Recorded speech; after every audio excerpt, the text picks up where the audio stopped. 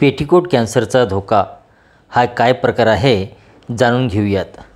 अलीकडील एका संशोधनात साडी नेसण्याशी संबंधित एक धोका समोर आला आहे। हा महिलांसाठी अगदी चिंतेचा विषय आहे। BMJ केस रिपोर्ट्समध्ये प्रकाशित झालेल्या एका अभ्यासात कमरेभोवती साडी गुंडाळलेल्या त्वचेचे विकार होऊ शकतात आणि कर्करोगाचा एक दुर्मिळ प्रकार म्हणजेच पेटीकोट कॅन्सर किंवा साडीचा कॅन्सर होऊ शकतो असे नमूद करण्यात आले आहे। अहवालात 2 आश्चर्यकारक प्रकरणांचा तपशील दिला आहे, ज्यात वृद्ध महिलांचा समावेश आहे।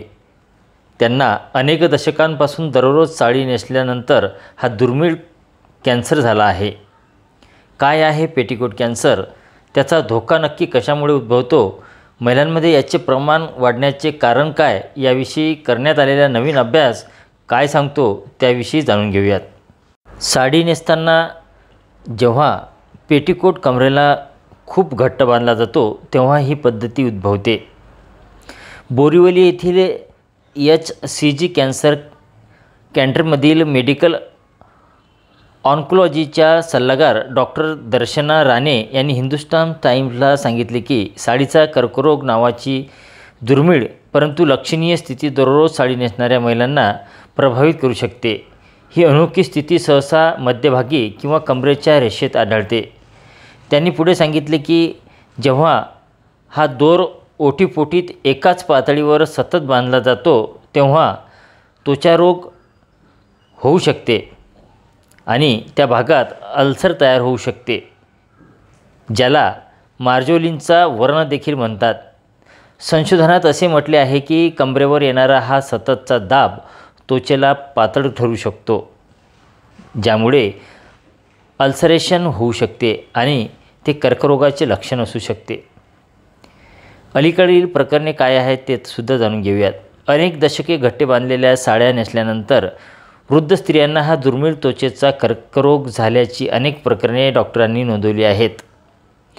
अलीकडील एका प्रकरणात एका 70 वर्षीय महिलेला कमरेच्या उजव्या बाजूला एक व्रण दिसून आला। सतत पेटीकोट बांधत राहिल्याने त्वचेवर दबाव निर्माण झाला आणि त्वचेला मोठ्या प्रमाणात नुकसान झाले, ज्यामुळे त्या भागात अल्सर झाले आणि वैद्यकीयदृष्ट्या स्क्वॅमस सेल कार्सिनोमा म्हणून निदान झाले। मी अनेकदा दशकांपासून साडी नेसत आले आहे, मात्र मला हे लक्षात आले नाही की ते माझ्या आरोग्यास हानी पोहोचू शकते। त्वचेला हा बदल वेदनादायक असून हा त्वचेचा कर्करोग असल्याचे निदान झाले, असे महिलेने इंडिया टुडेला सांगितले। ही नवीन किंवा वेगळी प्रकरणे नाहीत। द टेलिग्राफच्या म्हणण्यानुसार अशाच घटना गेल्या काही वर्षांमध्ये समोर आल्या आहेत। एक प्रकरण चेन्नईमध्ये, दुसरे 2014मध्ये बंगळुरूमध्ये आणि आणखी अलीकडील प्रकरण 2020मध्ये मुंबईत नोंदवले गेले। एका प्रकरणात 60 वर्षीय महिलेचा समावेश होता, जिने लुगडं नेसलं होतं। हा एक पारंपरिक साडीचा प्रकार असून त्यात पेटीकोट घातला जात नाही।